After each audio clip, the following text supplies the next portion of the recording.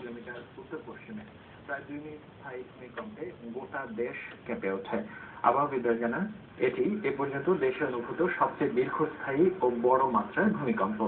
ভূকম্পন শুরু হওয়ার সাথে সাথে আতঙ্কিত হয়ে পড়ে ঢাকা সহ সারা দেশের মানুষ। ফাটল দেখা দিয়েছে রাজধানীর কয়েকটি ভবনে। এ সময় রাজধানীর বহুতল ভবনগুলো থেকে শত শত মানুষ আতঙ্কে রাস্তায় নেমে আসে। ভূমিকম্প শুরু হওয়ার পর কয়েক মিনিট সারা দেশে মোবাইল ফোনের যোগাযোগ বিঘ্নিত হয়।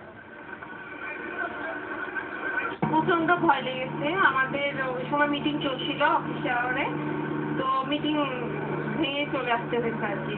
বাড়ি থেকে ফোন দিয়ে জানালো যে ফার্নিচার সব নড়ে গেছে। I was on 11th floor. This Lavency Hotel, and it was so scary. I just ran down from the stairs, and somehow I come out from the hotel. News পড়ছিলাম সন্ধ্যা 6টায়, পরে যাচ্ছে second part যখন আসলো, পরে আমি feel করছি আমি কাঁদছি, আমি কনফার্ম ও মনিটরও দেখছি আমি দুলছি।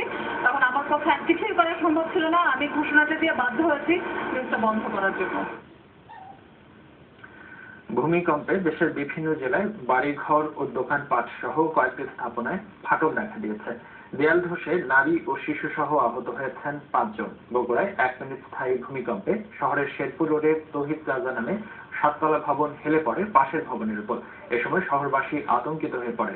শিবগঞ্জ উপজেলার কুড়িগঞ্জে প্রাচীর ভেঙে আহত হন এক মহিলা। জয়পুরহাটে বসতবাড়ির দেয়াল ধসে শিশু সহ 4 জন আহত হয়েছেন। ঠাকুরগাঁওয়ে 42 সেকেন্ড স্থায়ী ভূমিকম্পে থানা অফিস, পৌর মার্কেটের 3টি দোকান সহ 5টি দোকান ও 3টি বসতবাড়ির দেয়ালে ফাটল ধরেছে। এ সময় স্থানীয় লোকজন আতঙ্কিত হয়ে ঘরবাড়ি ও দোকানপাট থেকে বেরিয়ে আসেন।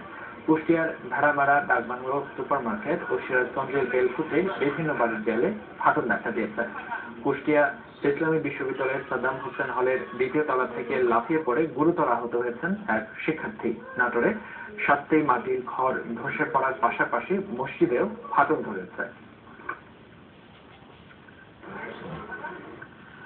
উত্তর ও পূর্ব ভারতের একাধিক রাজ্যে ও নেপালে রোববার সন্ধ্যায় ভূমিকম্পে মারা গেছে কমপক্ষে 12 জন।